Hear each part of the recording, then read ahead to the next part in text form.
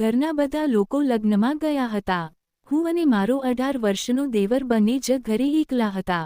હું મારા રૂમમાં સૂઈ રહી હતી કે મારો દેવર દરવાજો ખખડાવવા લાગ્યો. મેં દરવાજો ખોલ્યો તો તે મને ગળે વળગી પડ્યો અને મને જોરથી પકડી લીધી. કહેવા લાગ્યો, ભાભી, મને એકલા ઊંઘવામાં ડર લાગે છે. મને અંધારાથી બીક લાગે છે. પ્લીઝ મને તમારી સાથે સુવડાવી લો. મેં તેને બાળક સમજીને મારી સાથે સુવડાવી લીધો. થોડીવાર પછી મારી આંખો ખુલી તો મારા હોશ ઉડી ગયા, કારણ કે મારો દેવર પાછળથી. મારું નામ પ્રિયા છે. લગ્નના 1 મહિના પછી જ મારા પતિ બીજા દેશ ચાલ્યા ગયા. મારા પતિને 1 બહેન અને 1 ભાઈ હતા. બહેનના લગ્ન થઈ ગયા હતા અને દેવર 18 વર્ષનો છોકરો હતો. મારા દેવરનું નામ અમન હતું. તે હતો તો 18 વર્ષનો, પણ પોતાની ચાલ અને ઊંચા કદના કારણે મોટો લાગતો હતો. હું સાંજે તેના રૂમમાં જતી અને તેની સાથે વાતો કરતી. બહુ જલ્દી તે મારી સાથે હળીમળી ગયો. તે મારા રૂમમાં પણ જણાવ્યા વગર આવી જતો હતો. એક દિવસ હું તેના રૂમમાં ગઈ તો તે ટીવી જોઈ રહ્યો હતો. મને જોઈને તેણે તરત જ ચેનલ બદલી નાખી અને થોડો ગભરાઈ ગયો.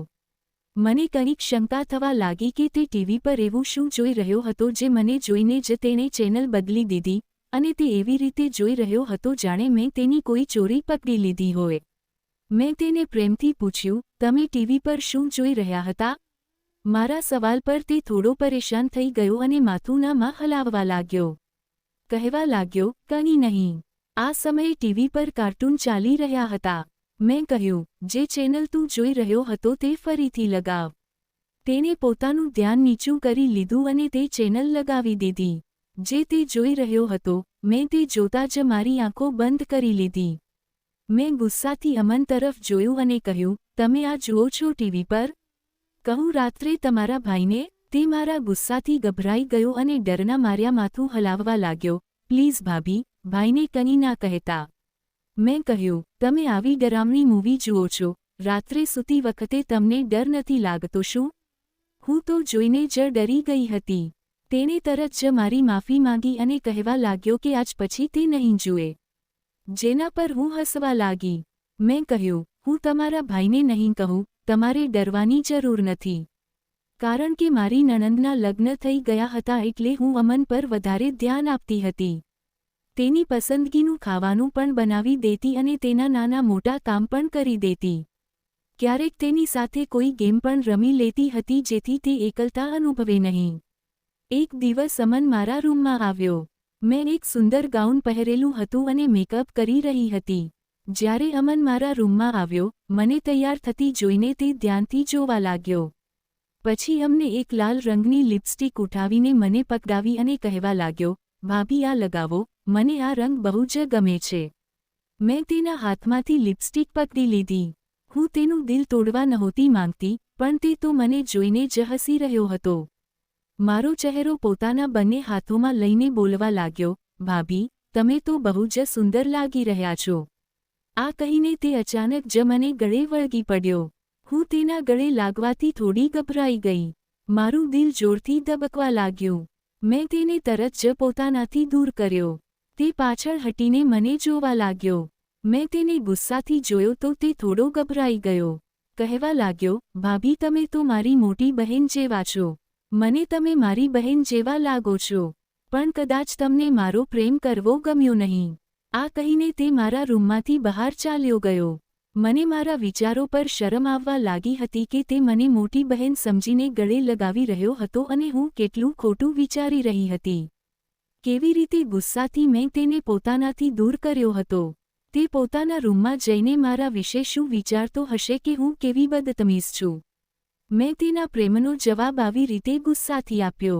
જાણે કેમ પણ મને પોતાની જાત પર શરમ આવવા લાગી. તેથી હું અમન સાથે પહેલાની જેમ જ વર્તવા લાગી. હવે તે આખો દિવસ મારી સાથે જ વિતાવતો. મને ખબર નહીં કેમ તેનું આવી રીતે નજીક આવવું બેચેન કરી દેતું હતું. મને લાગતું હતું કે જાણે કંઈક ખોટું થઈ જશે. મારી અંદર કોઈ મને કહેતું કે આ બધું બરાબર નથી. પણ મારી અંદરનો શૈતાન મને સમજાવવા લાગ્યો કે ચિંતા ના કરો, તે એક નાનું બાળક છે, તને પ્રેમ કરે છે, તને પોતાની મોટી બહેન સમજે છે, તારે પણ એવું જ વિચારવું જોઈએ. હું દેખાવમાં ઘણી સુંદર હતી અને મારું શરીર સુડોળ હતું, પણ જ્યારે તે મારી સાથે ઊભો રહેતો તો તે મારાથી 2 થી 3 ઇંચ મોટો જ લાગતો હતો.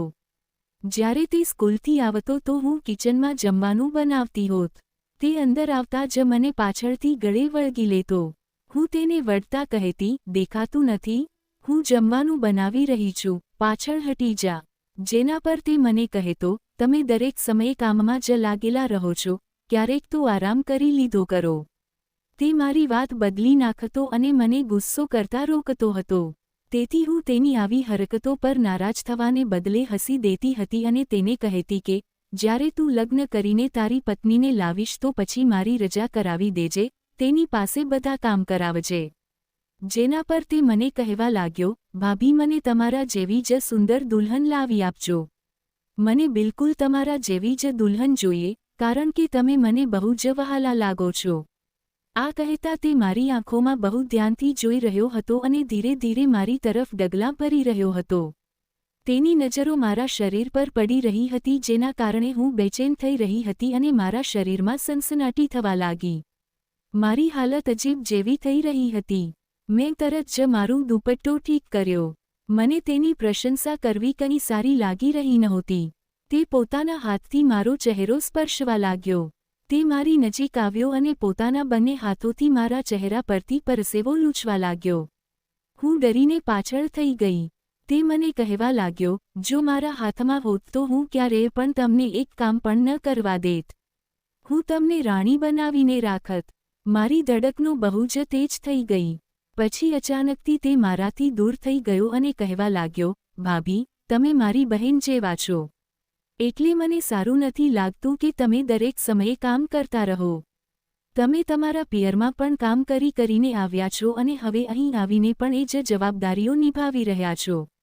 એટલે મેં કહ્યું કે ક્યારેક તમે આરામ પણ કરી લીધો કરો. હું હવે અમનની નજરોમાં ગૂંચવાઈ ગઈ હતી. મેં આ વખતે તેને કડકાઈથી કહ્યું, જા, જઈને તારા કપડાં બદલ. હું જમવાનું બનાવીને લાવું છું. તે પોતાના રૂમમાં ગયો તો મેં શાંતિનો શ્વાસ લીધો. થોડા દિવસો સુધી હું તેનાથી બચતી રહી. પછી એક દિવસ ઘરના બધા લોકો એક લગ્નમાં ગયા, પણ અમને જવાની ના પાડી દીધી. કહેવા લાગ્યો કે કાલે મારો ટેસ્ટ છે. બધા ઘરના સભ્યો સાંજે જ પાછા આવવાના હતા, એટલે મને બહુ ચિંતા થઈ રહી નહોતી. પણ જ્યારે સાંજ થવા આવી તો અચાનક તોફાન આવવા લાગ્યું અને તેજ વરસાદ પડવા લાગ્યો. મારી સાસુનો ફોન આવ્યો કે, બહાર બહુ તેજ વરસાદ પડી રહ્યો છે, તેથી અમે આજે નહીં આવી શકીએ. અમે કાલે સવારે આવીશું. થઈ શકે તો અમને તારા રૂમમાં સુવડાવી લેજે, તેને વીજળીના કડાકાથી ડર લાગે છે. આ બોલીને મારી સાસુએ ફોન મૂકી દીધો. હું વિચારી રહી હતી કે અમને મારા રૂમમાં બોલાવું કે નહીં, પણ મેં તેને મારા રૂમમાં બોલાવ્યો નહીં. રાત્રે આશરે સવારે 8 વાગ્યે મારા રૂમનો દરવાજો કોઈએ ખખડાવ્યો. મેં દરવાજો જઈને ખોલ્યો તો સામે અમન ઊભો હતો. તે કહેવા લાગ્યો, ભાભી મને બહુ ડર લાગે છે. પ્લીઝ મને તમે તમારી સાથે સુવડાવી લો. મારી પાસે કોઈ બીજો રસ્તો પણ નહોતો. તેથી મેં તેને મારા રૂમમાં અંદર આવવા દીધો.